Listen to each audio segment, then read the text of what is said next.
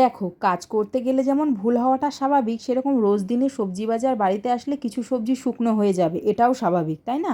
তাহলে কি করব, সেই সবজিগুলো ফেলে দেবো? একদম না, যা সবজির দাম কিছু তো করতেই হবে, তো রেসিপি তো জানতে লাগবে যাতে খুব ভালো করে সবাই খাবে।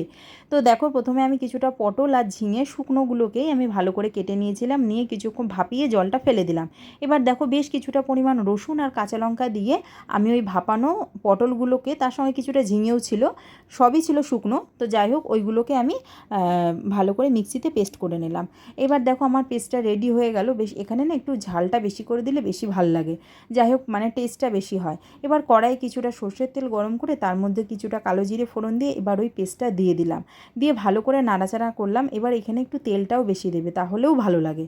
যাই হোক, তারপরে বেশ কিছুক্ষণ নাড়াচাড়া করলাম, করার পরে তারপরে তার সঙ্গে কিছুটা পরিমাণ মতো লবণ, তার সঙ্গে কিছুটা হলুদ আর পরিমাণ মতো মিষ্টি সব কিছুই দিয়ে দিলাম, দিয়ে ভালো করে নাড়াচাড়া করলাম।